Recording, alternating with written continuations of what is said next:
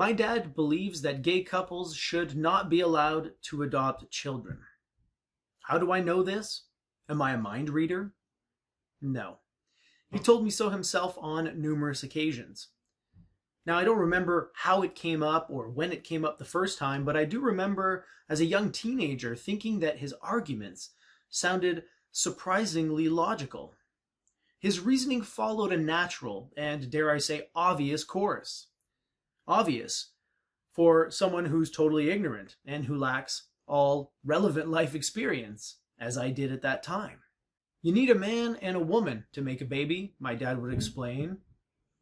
Therefore, you need a father and a mother to raise a child.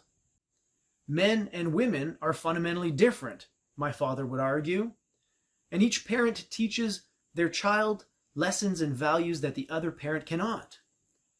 Mothers teach their children to be kind and compassionate. Fathers teach their children to be strong and assertive. A child needs both in order to turn out normal. In hindsight, the fallacies in my dad's reasoning stick out like a sore thumb. But as a 14-year-old dumbass, his story checked out.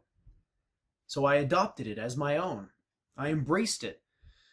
I even went so far as to defend it in public when the situation called for it.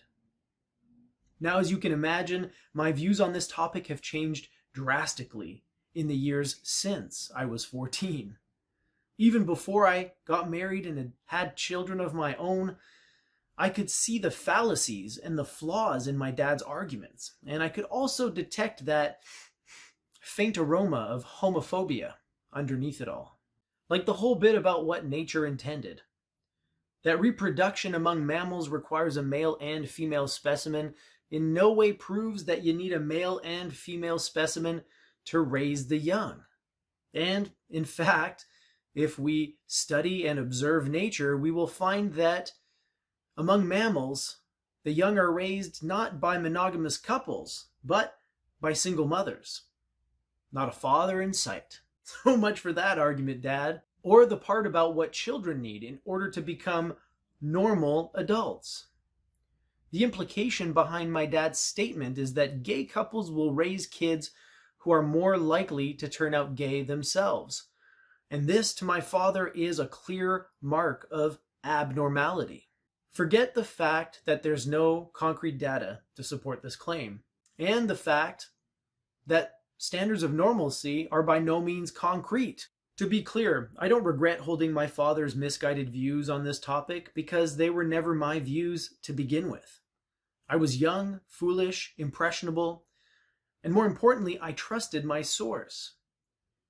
Now, I was never the kind of kid who idolized his father or who thought that he could do no wrong, but I obviously was biased enough to accept a lot of his claims at face value. And it's not just my father. Most of the ideas I embraced as a young person were equally flimsy, and they came from even more dubious sources. But because I lacked the understanding and the willingness to think critically, I adopted a lot of these ideas without discrimination. It wasn't until I started investigating my own story a few short years ago, who the fuck wrote this? That I saw these ideas for what they truly are.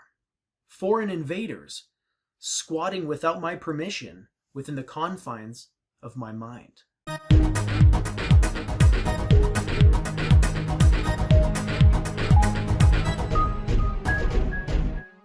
Last episode, I shared one of my earliest findings on the path of spiritual exploration.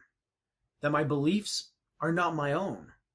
That my story was written not by me, but by lesser authors.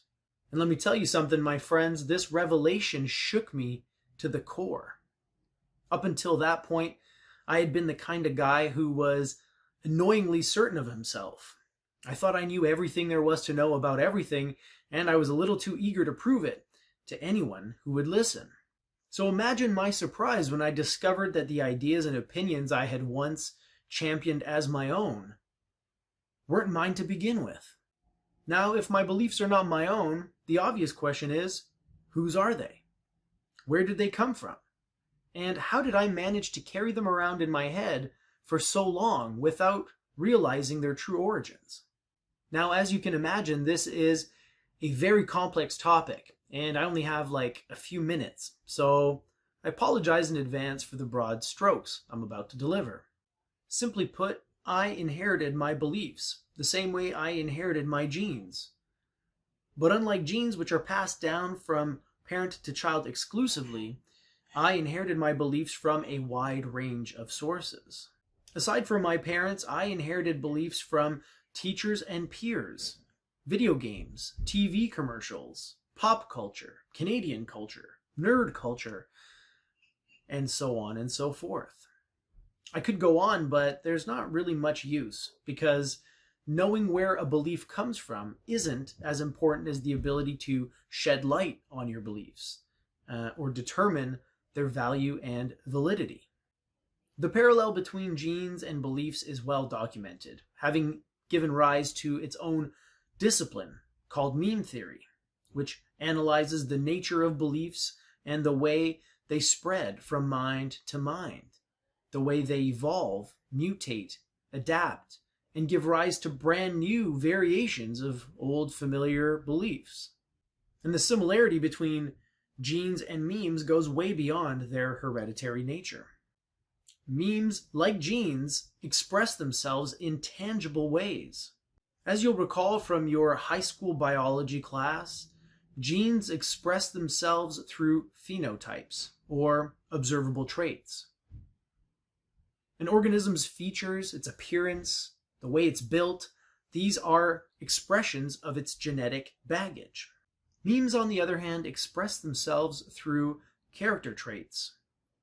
Personality is largely a product of memes, the sum of one's beliefs and values, which are made manifest through one's actions and which dictate the quality of one's life experience. Now, if you're struggling to see how this is relevant to spiritual exploration, let me give you a hand. We can't easily alter our genes, but we can alter our beliefs.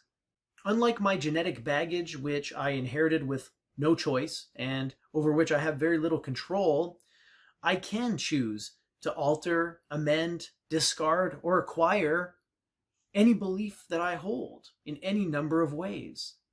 And doing so has an immediate impact on my day-to-day experience. Having said all of this, I imagine you have more questions than answers.